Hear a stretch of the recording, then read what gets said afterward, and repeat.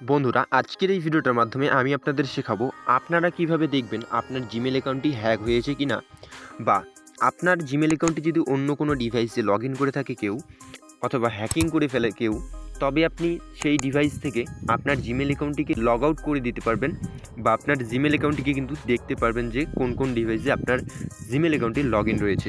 So বন্ধুরা, কীভাবে দেখবেন সেই নিয়ে কিন্তু ভিডিওটা, সম্পূর্ণ ভিডিওটা প্রথম থেকে শেষ পর্যন্ত দেখবেন, তাহলেই কিন্তু আপনারা শিখে যাবেন। সো বন্ধুরা, সেজন্য আপনার চলে আসতে হবে সরাসরি গুগলে, অথবা আপনারা চলে আসতে পারেন ইমেল অ্যাপ্লিকেশনের মধ্যে।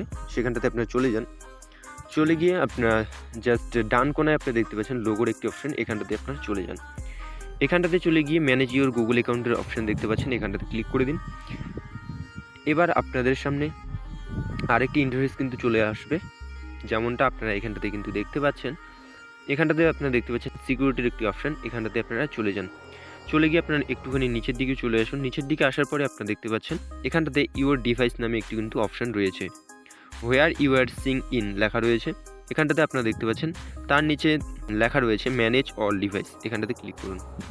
এখানটাতে ক্লিক করে দেওয়ার পরে এবার আপনাদের সামনে কিন্তু আরও একটি ইন্টারফেস চলে আসবে। এখানটাতে আপনারা সরাসরি দেখতে পাবেন কোন কোন ডিভাইসে লগ ইন রয়েছে।